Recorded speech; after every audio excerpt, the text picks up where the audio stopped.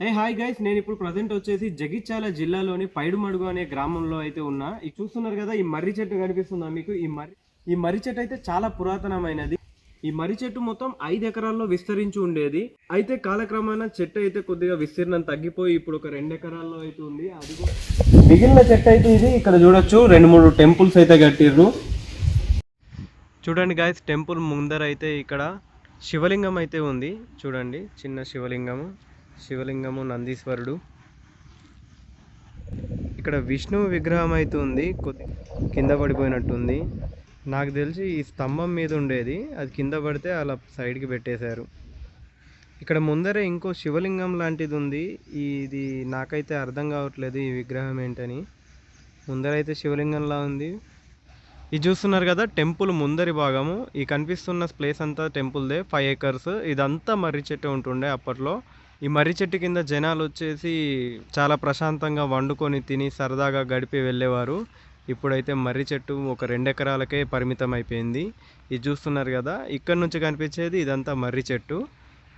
ఇది టెంపుల్ ముందరున్న హోమగుండం, అది అక్కడ దుర్గామాత టెంపుల్. నేనైతే మీకు టెంపుల్ చూపిస్తా, పదండి. ఈ టెంపుల్లో ఎక్కువగా శుక్రవారం దేవుని పూజలు అయితే చేస్తారు.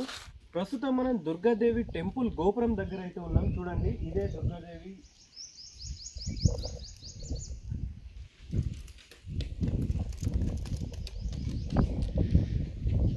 ఇక్కడ గుడి ద్వారాలకు దుర్గామాత విగ్రహాలు అయితే చెక్కారు. చూడ్డానికి అయితే చాలా బాగుంది. ఇప్పుడైతే చూస్తున్నారు కదా, మనం గుడి గోపురం అయితే దాటుకుని అయితే వచ్చినాం. ఇక్కడ ఎదురుగానే మనకు ధ్వజస్తంభం అయితే కనిపిస్తుంది దుర్గామాతది.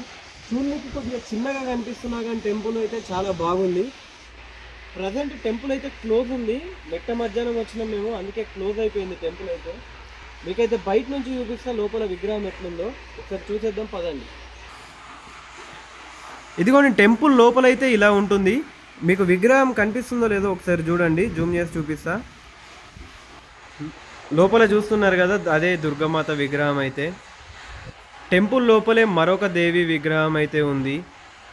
కుడి పక్కన ఎడమ పక్కన 2 విగ్రహాలు అయితే కనిపిస్తున్నాయి.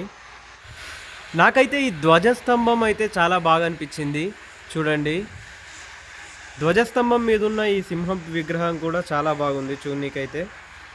ఈ చుట్టూ మీకు కనిపిస్తుంది కదా ఈ మర్రి చెట్టు, దీనికైతే 500 సంవత్సరాల నాటి చరిత్ర అయితే ఉందండి.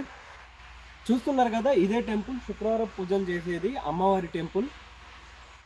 చూస్తున్నారా, ఈ వీడియోలో అయితే సరిగ్గా కనిపించట్లేదు, ఎందుకంటే నాకు లైవ్లో అయితే కనిపిస్తుంది కానీ ఈ కెమెరాలో అయితే కనిపించట్లేదు.